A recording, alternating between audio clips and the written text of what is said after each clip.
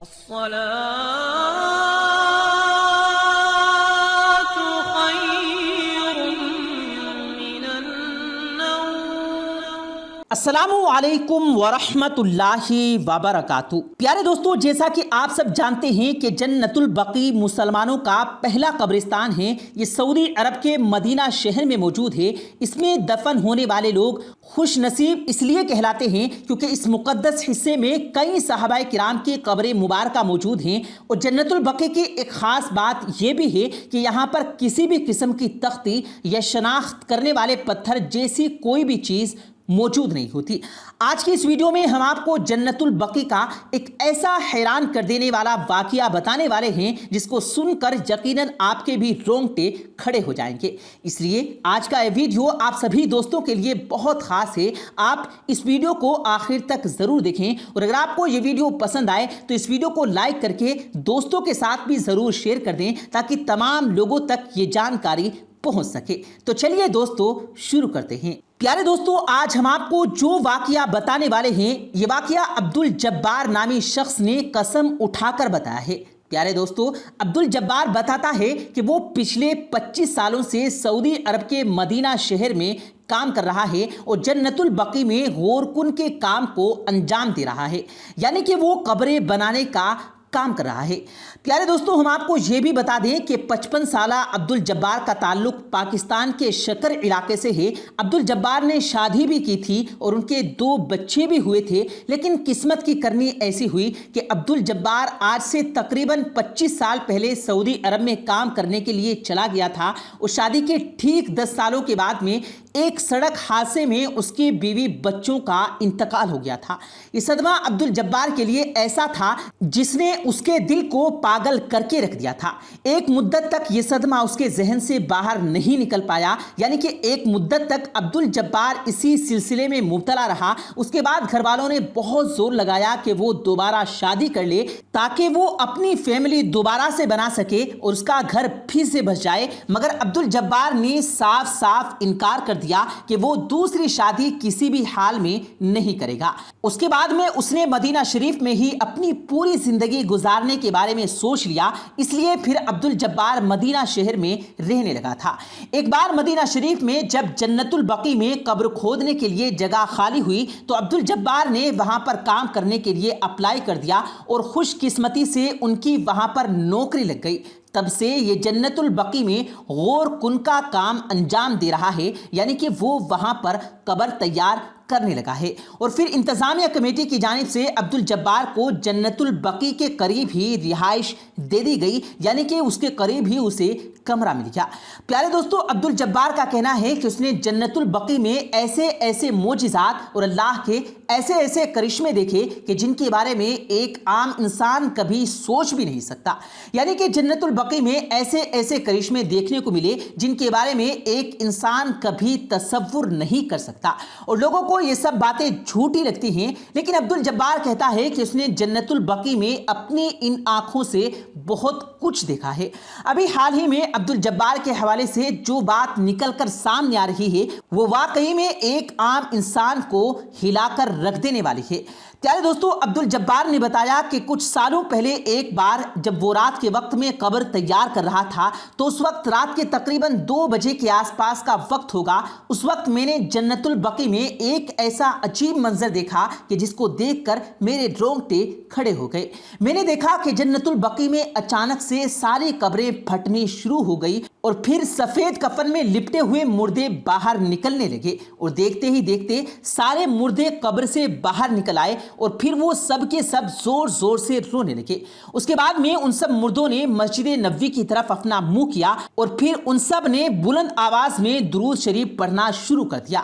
پیارے دوستو، عبدالجبار کہتا ہے کہ یہ منظر ایسا ڈراؤنا اور خوفناک تھا کہ جس کو دیکھ کر میرے رونگٹے کھڑے ہو گئے اور میں سخت خوف میں مبتلا ہو گیا۔ جب تک میں ہوش و حواس میں آیا اس وقت دن کی روشنی پھوٹ چکی تھی، یعنی کہ دن نکل چکا تھا۔ یہ دیکھ کر پھر میں بھاگ کر سیدھا ان قبروں کے پاس پہنچا اور ان سب قبروں کا حال دیکھا جو رات کو میں نے اپنی آنکھوں سے ان کو کھلتے ہوئے دیکھا تھا، لیکن اس وقت ان سب کو دیکھ کر میں اور زیادہ